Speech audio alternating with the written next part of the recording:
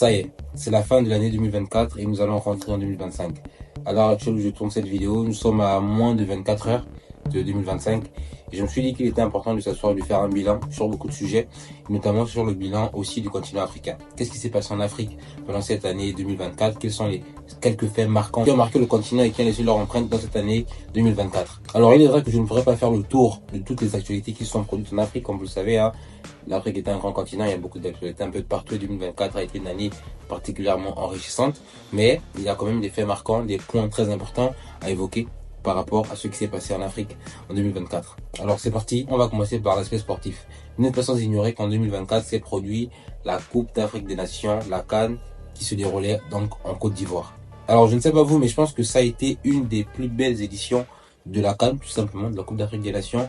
Bien qu'étant gabonais, je me souviens de la CAN qu'on a organisée au Gabon, mais je pense que la CAN qui a été organisée en Côte d'Ivoire était juste exceptionnelle. Les infrastructures étaient magnifiques, en termes d'ambiance, c'était juste incroyable, en termes de rebondissement, c'était quelque chose de fou. Limite, chaque match était vraiment décisif et important pour toutes les autres équipes. Et d'ailleurs, c'est la raison pour laquelle la Côte d'Ivoire a pu remporter sa 4e Coupe d'Afrique des Nations. Parce qu'il faut savoir que la Côte d'Ivoire avait été éliminée en phase de poule par la Guinée équatoriale au bout d'un match vraiment décevant de la part des Ivoiriens. Mais comme je vous l'ai dit, ça a été la CAN de tous les rebondissements.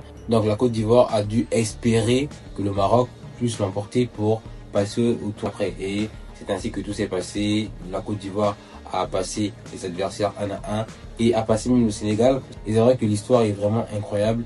Ils sont passés d'être prêts à être éliminés en phase de poule à vainqueurs de cette Coupe d'Afrique des Nations. Et en plus, elle se déroulait chez eux à la maison. Très belle histoire. Je trouve que le sport en Afrique a de plus en plus d'influence sur le monde entier. Alors toujours sur le point sportif, la deuxième actualité qui a marqué le continent en 2024, selon moi, c'est plus un personnage, c'est Francis Ngannou. Alors déjà, pour toutes les personnes qui ne connaîtraient pas qui est Francis Ngannou, je sais qu'il y en a très peu pour le coup. Alors Francis Ngannou était un combattant de MMA, il est camerounais, et donc il a switché du MMA à un moment donné vers la boxe anglaise en 2024 notamment. Alors il faut savoir que les débuts de Francis Ngannou en boxe anglaise étaient vraiment particulièrement bon, parce qu'il a affronté le leader, le boss dans ce sport qui est Tyson Fury, et il a réussi à véritablement l'inquiéter. Bon, pour ceux qui ont suivi le match, plusieurs ont dit que c'est Francis qui avait gagné ou pas. J'ai ma petite histoire, moi je pense que c'est lui qui a gagné, mais bon, voilà, bref, il a quand même réussi à affronter le titan, le maître dans ce sport. Il a remis encore le bouchon avec un autre champion dans ce sport, Anthony Joshua. Bon, là, il s'est fait démolir, Ngannou s'est vraiment fait démolir, suite à quoi, après il a perdu son fils malheureusement, mais il est revenu encore plus fort qu'avant. Il est revenu encore en MMA en affrontant un Brésilien, Pereira. Bon, à ce moment-là, il faut savoir que la plupart des gens pensaient que puisque Francis Ngannou avait perdu déjà 2 combats, même si ce n'était pas dans sa discipline, c'est en boxe anglaise, mais perdre 2 fois, ce n'était pas forcément habituel pour ce grand champion. Mais en revenant, il a assuré, il a remporté le combat et il s'est remis lui seul sur le toit du monde. C'était vraiment exceptionnel et je souhaitais le mettre dans la liste parce que je pense que ça a été un des personnages vraiment très inspirants pour tout un continent. Parce que on s'est rendu compte, on a pu avoir l'aperçu de la résilience à l'africaine. Il a vraiment été une source de fierté, de motivation pour beaucoup de personnes. Même moi, n'étant pas forcément camerounais, je pense que Francis Ngannou aujourd'hui, on s'identifie tous en Francis Ngannou, de par son histoire, de par son parcours. Et ça a été une des personnalités extrêmement marquantes de cette année 2024, en tout cas en Afrique. C'est une certitude et même dans le monde entier, il faut le dire. Alors on change un peu le registre, on vient sur quelque chose d'un peu moins réjouissant, ce sont les inondations. Alors il faut savoir qu'en 2024, le continent africain a malheureusement été victime d'un grand nombre d'inondations. Et nous avons dans des pays comme au Tchad, au Cameroun, au Niger ou encore au Nigeria. Alors selon l'Office des Nations Unies pour la coopération des affaires humanitaires, il y a eu plus de 900 000 personnes touchées par les inondations survenues au Tchad. Pour environ 145 décès signalés, en sachant qu'il y a beaucoup de personnes qui malheureusement n'ont pas été signalées parce qu'en Afrique en général, pour faire le recensement des personnes qui ont pu disparaître, c'est beaucoup moins évident que par exemple dans les pays développés. Et ce qui fait que de façon beaucoup plus large, il y a eu des millions de personnes qui ont été affectées sur le continent par les différentes inondations survenues. Et ça aussi, encore une fois, c'est une véritable problématique qui devrait être prise en considération par les autorités et même par les puissances occidentales, parce que l'Afrique aujourd'hui est le continent qui subit plus par rapport à ce qu'il nous produit. Je veux dire, les inondations, les catastrophes naturelles sont subies par les pays qui les produisent moins. Et donc c'est une injustice, je trouve, que l'Afrique, que les pays africains puissent subir tout cela, pendant que les pays qui polluent tout ça subissent à minima, malheureusement, leurs actes qui ne sont vraiment pas bons pour la nature. Alors, comme autre actualité de l'année 2024, on a eu le rapprochement du Niger, du Burkina Faso et du Mali. Vous savez déjà de quoi est-ce qu'il est question.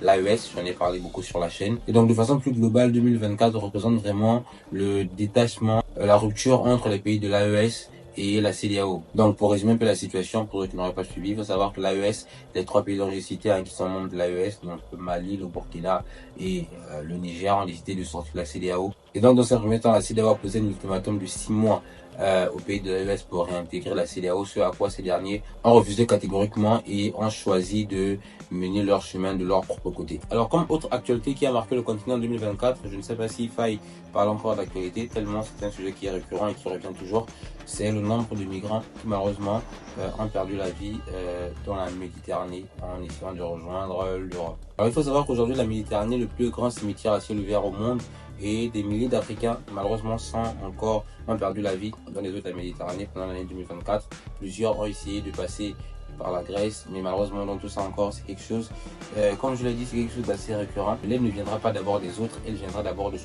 qu'on entreprendrait, de ce qu'on fera nous-mêmes de nos populations. Parce que le problème est qu'on constate que plus les années avancent, plus le nombre de migrants, plus le nombre de jeunes qui veulent tenter leur chance pour l'Europe s'accroît. Et donc la question est de savoir pourquoi est-ce que les choses sont comme ça, pourquoi est-ce qu'autant de jeunes veulent toujours partir. Enfin, on sait pourquoi est-ce qu'ils veulent partir, mais est-ce que les gouvernements, est-ce que nos autorités mettent des choses en place afin de retenir tous ces jeunes-là en Afrique pour qu'on puisse vraiment penser et contribuer chacun de notre pays. Parce que mine de rien, on prend un simple champion comme Francis Ngannou. Francis Ngannou n'aurait jamais existé s'il était resté au Cameroun. Pourquoi? Manque d'infrastructure, manque d'opportunités. Donc il faudrait réellement, je ne sais pas ce que nos gouvernements ont dans la tête. Ça c'est vraiment une chose, je ne comprends pas. Je ne comprends pas, c'est extraordinaire parce que même la plupart de nos présidents, de nos chefs d'État, très souvent ils vont à des sommets à l'étranger, en Amérique, en Europe et tout. Le pire est qu'ils voient comment les choses sont faites dans ces pays-là, même en termes d'urbanisation, en termes d'insalubrité, en termes de propreté de nos villes africaines. Très peu prennent exemple de ces pays-là, de ces endroits où ils vont très souvent, ils le font même pour des vacances avec l'argent du contribuable africain.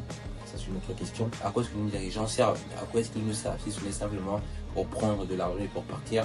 Je suis un peu outré, je suis un peu exacerbé et déçu par tout ça. Je parle avec beaucoup d'émotion parce que derrière ce sont des vies des milliers d'Africains, des millions, pardon, désolé, des millions d'Africains qui en prennent cher. C'est une situation qui est très alarmante pour le continent et lorsqu'on voit toutes ces vies qui sont parties et qui continuent de partir chaque jour. Et donc la dernière actualité que j'évoquerai au cours de cette vidéo, c'est l'épidémie Mpox qui a fortement marqué et bousculé le continent pendant cette année 2024. Alors le Mpox ou encore la variole du singe a vraiment marqué et a agité l'actualité africaine une grosse partie de l'année 2024 et là aussi a été à l'origine de plusieurs morts. Alors elle a véritablement fait rage en République démocratique du Congo, un pays qui se situe au centre du continent africain, qui s'est répandu dans notre partie également du continent, dans d'autres pays. Et au début de cette crise sanitaire, le gros problème a été l'accès au vaccin pour les personnes touchées, et notamment pour les pays qui étaient directement au contact de cette épidémie-là, donc afin de vacciner les populations. Ça a pris un peu de temps et c'est la raison pour laquelle notamment on dénombre aussi pas mal de cas de morts. Les vaccinations ont pu se faire et beaucoup de personnes ont été vaccinées contre cette épidémie-là et ça a permis d'épargner, de sauver beaucoup de personnes. Et donc voilà les amis, je vais parler de beaucoup d'autres choses parce qu'il y a eu bien évidemment beaucoup d'autres sujets qui ont marqué le continent. N'hésitez d'ailleurs pas à me le dire dans les commentaires, voilà, c'est toujours important, c'est toujours bien pour les personnes qui n'auraient pas pu suivre l'actualité. Et donc là, on va se focus sur l'année 2025. Voilà, toujours dans l'actualité, toujours dans ce qu'on continue de faire. Comme vous le savez, ma chaîne, c'est pas seulement une chaîne d'actualité, mais c'est aussi une chaîne business et d'entrepreneuriat parce que je suis entrepreneur. Et donc peut-être qu'en 2025, il y aura plus de contenu en rapport avec mes business, ce que je fais en tant qu'entrepreneur. Donc je vous parlerai peut-être plus de contenu 2025, on essaiera de mieux faire les choses. Mais je suis extrêmement fier de la trajectoire qu'a pris la chaîne YouTube en cette année 2024. Comme vous avez pu le constater, la première partie de l'année, j'ai pas beaucoup été actif, mais depuis juin, juillet, jusqu'à décembre, j'ai été beaucoup actif. Donc voilà les amis, merci infiniment d'avoir regardé cette vidéo. Je vous dis merci pour l'année 2024, merci pour tout vos soutiens, merci à ceux qui ont toujours commenté, à ceux qui ont toujours liké, à ceux qui se sont abonnés en cette année 2024, et merci à ceux qui ont regardé les vidéos tout simplement, merci à ceux qui ont partagé les vidéos, et merci à ceux, aux détracteurs aussi, qui ont disliké les vidéos. Moi je vous dis à 2025, on se retrouve de l'autre côté. Big up, prenez soin de vos proches. Au revoir.